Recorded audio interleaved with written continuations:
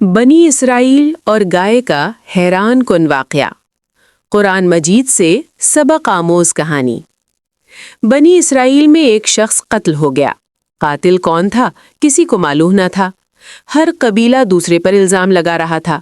جھگڑا بڑھتا جا رہا تھا۔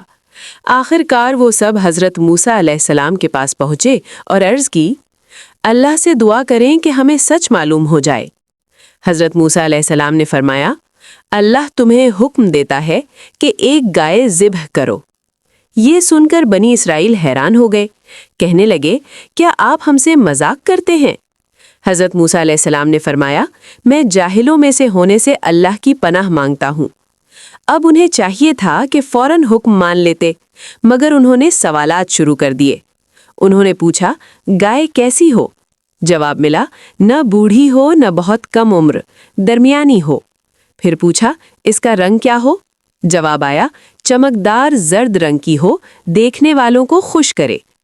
پھر بھی وہ نہ رکے، مزید پوچھا، اس کی اور نشانی بتائیں۔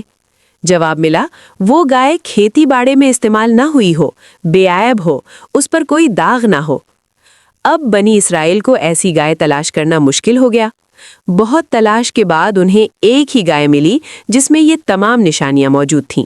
انہوں نے مجبور ہو کر اسے ذبح کیا۔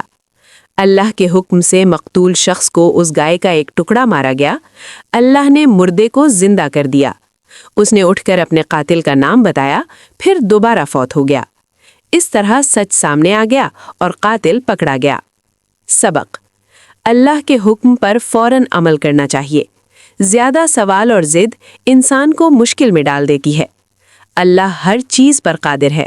وہ مردوں کو بھی زندہ کر سکتا ہے۔